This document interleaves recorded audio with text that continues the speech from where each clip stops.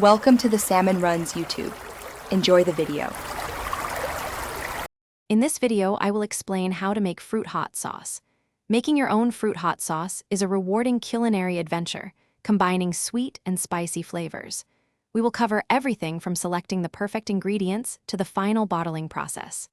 This guide will help you create a delicious, vibrant hot sauce that's uniquely yours, perfect for enhancing many dishes. Get ready to transform simple fruits and peppers into an extraordinary condiment. Selecting the right ingredients is crucial for a fantastic fruit hot sauce.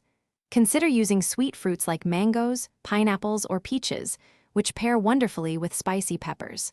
For heat, habanero, Scotch bonnet, or even ghost peppers offer a great kick. Always choose fresh, ripe produce for the best flavor profile. Don't forget your vinegar, salt, and any other aromatics like garlic or ginger to round out the taste. Now, let's get cooking. Combine your chopped fruits and peppers with about 1 cup of vinegar in a saucepan. Add 1 teaspoon of salt and any other spices you love, such as garlic or ginger.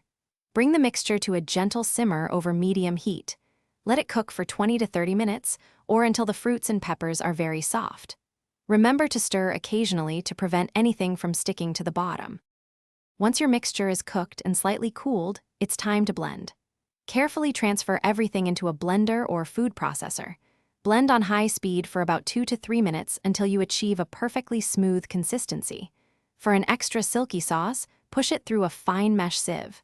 Finally, pour your vibrant fruit hot sauce into sterilized bottles. Store it in the refrigerator and enjoy your homemade creation. Thanks for watching. Consider subscribing if we helped you.